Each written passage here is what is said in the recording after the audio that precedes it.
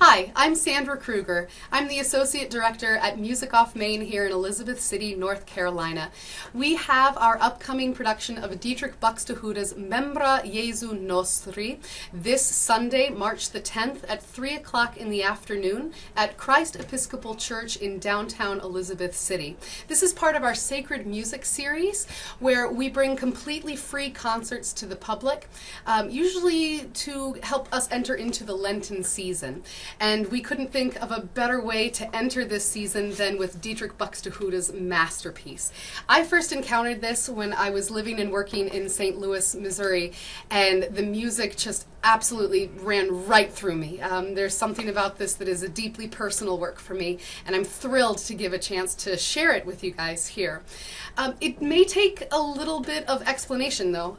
Dietrich Buxtehude is an early Baroque composer, and with Baroque music we need to approach it with a different set of ears because the cultural expectations are a little bit different. So I'd like to take the next 15 or 20 minutes to kind of walk you through some of the musical moments that you'll be encountering in this Sunday's concert and help you get more enjoyment out of this beautiful work.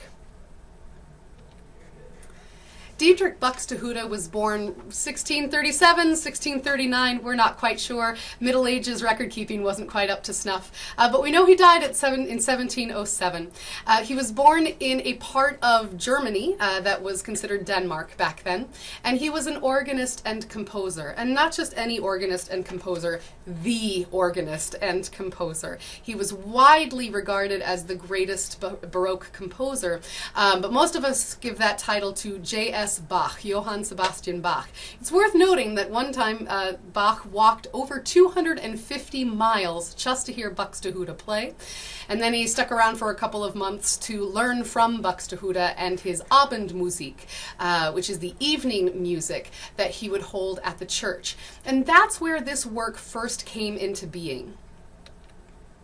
Membra Jesu Nostri is a sacred cantata for 5 voices and a continuo. Those 5 voices are 2 sopranos, an alto, and a bass. And the continuo could be anything, really. It was largely string instruments and an organ or a sustaining instrument. We'll be performing it with those 5 soloists and Dr. Rachel Gragson on the organ for us. This is widely considered to be the first Lutheran oratorio. And an oratorio is basically something that sounds like an opera but doesn't look like it. It draws its text from biblical sources or religious texts, and it's meant as a form of worship. This particular work has 7 individual cantatas within it. The interesting thing is this was never meant to be performed as we're going to be doing it, all 7 at once. It was meant to be performed during Holy Week with one of these cantatas for every day from Palm Sunday through the Easter Vigil. Within these individual cantatas, there are some stylistic things that we can look out for. Basically, biblical verses are going to create the beginning and the end of these individual cantatas. They're going to bookend the poetry for the Salva Mundi Salutare, which is a Middle Ages poem attributed to Arnulf von Löwen. These biblical verses and the Salva Mundi Salutare are knit together through ritornellos in the organ. A ritornello is a repeating melodic or harmonic structure, and it provides a sense of familiarity and a sense of unity throughout the work. Most of what we're going to be hearing in Membra Jesu Nostri is in a minor key, which gives a feeling of kind of melancholy or sadness, which is completely appropriate considering what it is that we're talking about. All of the text in Membra Jesu Nostri is focusing on the crucified Christ, specifically the seven limbs or the 7 sides of Christ's body. The feet, the knees, the hands, the side, the breast, the heart, and the face. And each one of these cantatas is going to walk us through a personal passion meditation, which is perfectly appropriate for the Lenten season. We're going to start ad pedes, to the feet. This is going to be in a C minor tonality, which during the Baroque era, certain keys had a certain association with an emotion. And C minor is the key of lovesickness or longing. So starting at the feet in a key that encourages a sense of yearning to it is a great way to kick this off. The translation of the biblical text here is, "Behold upon the mountains the feet of the one bringing good news and proclaiming peace." We're going to be focusing our attention on the choral units here. Throughout the entire work, you'll hear solos and trios and duets and the like throughout. But we're going to be focusing on the choral bits because they're going to repeat. This is what is called a ternary form, where it's going to go back to familiar material, which again increases that sense of unity, but also brings a sense of the contemplation full circle. We start with the biblical text, go through that medieval poetry encouraging personal reflection, and end with the biblical text. We're going to be watching a couple of clips from the René Jacobs rendition of this, recorded in 2005. We're going to take a look at a brief snippet of Ad Pedes.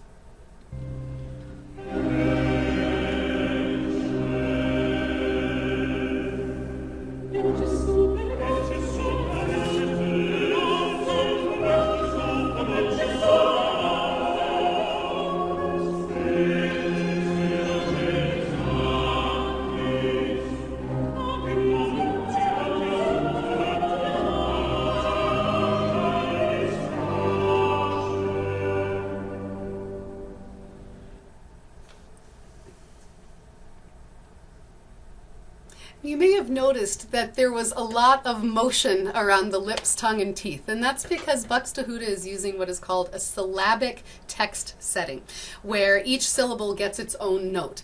And this is a common technique that composers use to enhance the clarity of the text. And then every once in a while you'll notice that the singers just have kind of an open mouth, and that's where Buxtehude is using the compositional techniques to paint this word a little bit by using short melismas, which are basically little bitty decorative elements that just color certain words.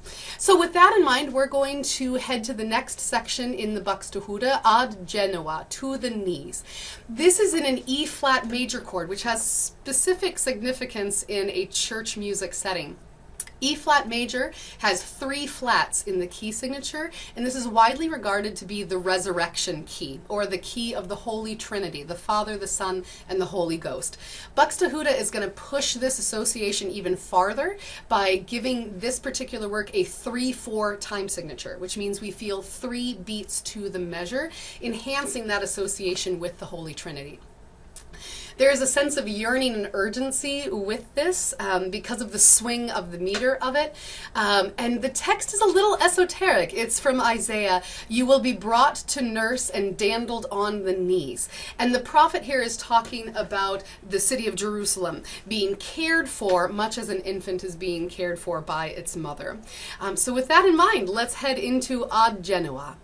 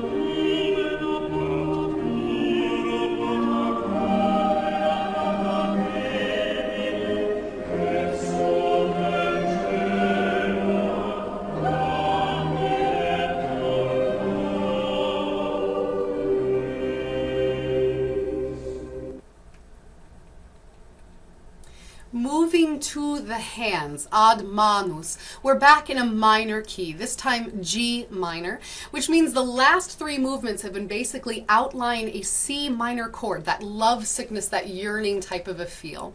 In ad manus, you're going to hear a lot of dissonant or uncomfortable sounds. And that's because the translation to this text is, what are those wounds in the midst of your hands? And Buxtehude is going to set this text in such a way that it has a drive or a sense of piercing to it, and those dissonants linger just long enough to make you uncomfortable with what is going on, with what the text is illustrating.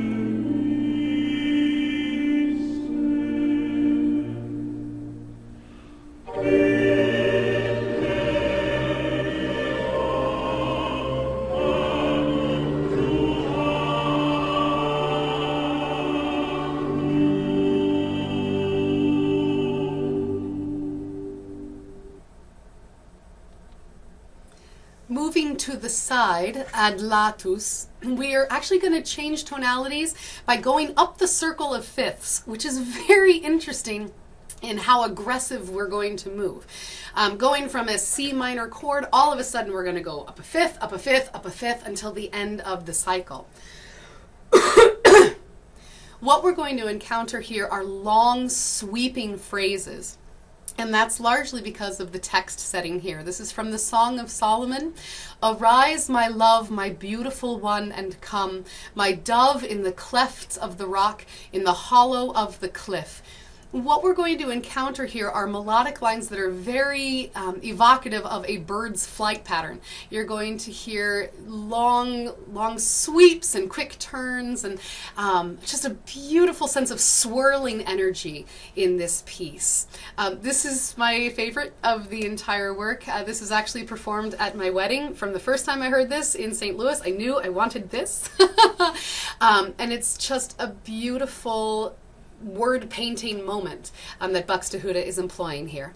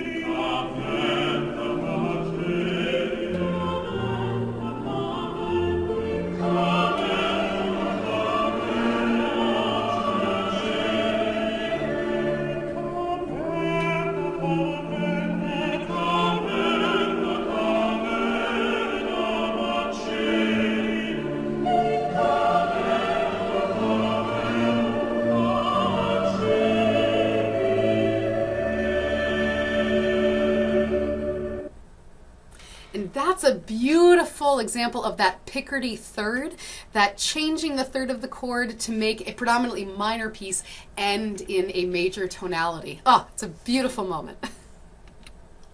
Moving to the breast, ad pectus, in A minor. This is a different setting than we've encountered. Now, instead of starting with all 5 voices, we're just going to have a trio between the alto, the tenor, and the bass. There is tremendous energy in this piece, and part of that has to do with the translation. Like newborn infants long for the guileless milk of reason, that by it you may grow into salvation, if indeed you have tasted that the Lord is good.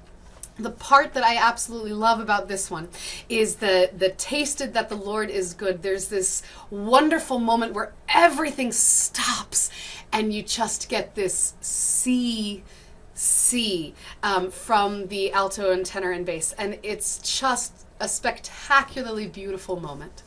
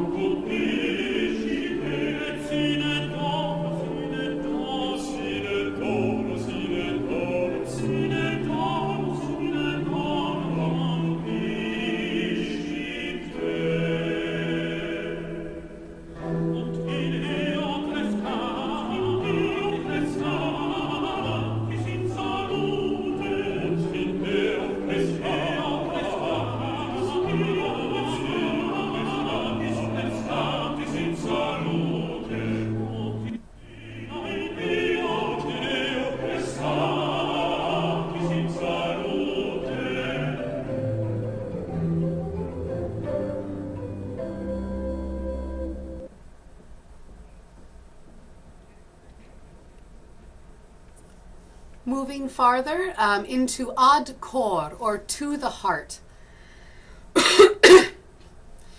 We're going to be in E minor here. And just like the last one was set for a trio, we also have a trio to kick off this movement. But this time, it's for 2 sopranos and the bass. This is one of the most exposed moments of this entire work, where everything feels very vulnerable and very open, very tenuous. And that makes all the sense in the world given the text. This is from the Song of Solomon as well. You have wounded my heart, my sister, my bride. You have wounded my heart. There are moments of dissonance here where the notes are very close together and creates this sense of conflict that ultimately dissolves into resolution in such a beautifully expressive way.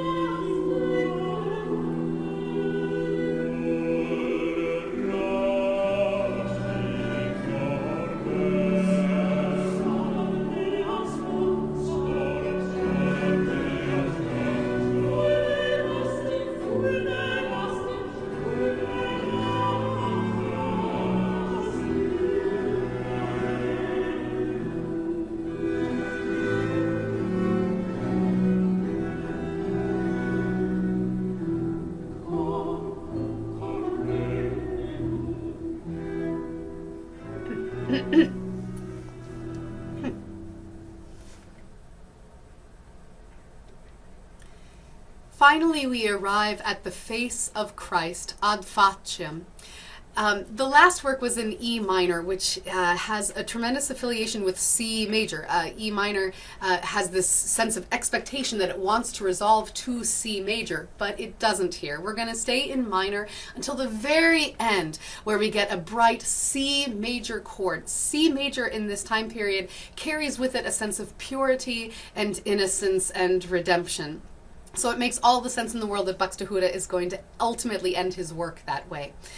The text here is, "Let your face shine upon your servant, save me in your mercy."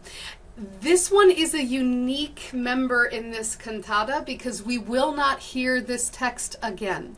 Rather than bookending this one as he's done with the previous 6 iterations, this one is going to culminate in a final Amen section, which is one of the most beautifully difficult things we get to sing in the entire work. So we're going to save that for Sunday, so it's something to look forward to. But as we listen to this one moving forward, Illustra faciem tuam, we're going to have a series of staggered entrances between the voices talking, look, let your face shine, let your face shine, shine, shine.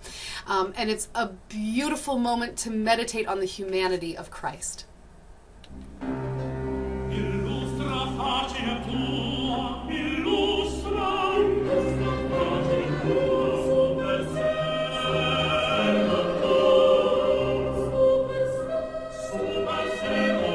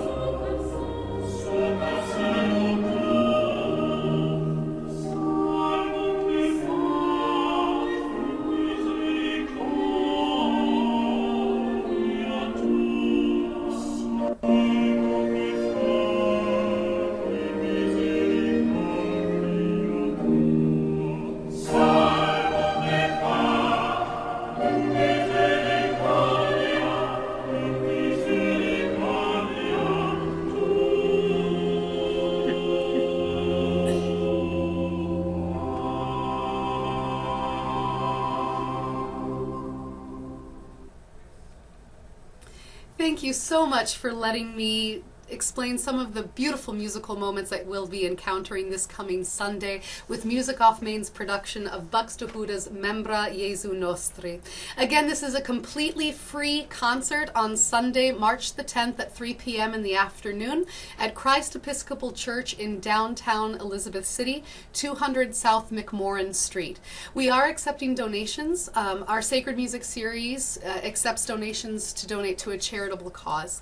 But we are so thrilled to be able to bring this work here to Elizabeth City. If you have any other questions, or if you'd like to read some of our bios or some of the background information about both this work and the performers that you'll be seeing this Sunday, you can find more information at www.ecmusicoffmain.com. Thank you so very much, and I look forward to seeing you on Sunday.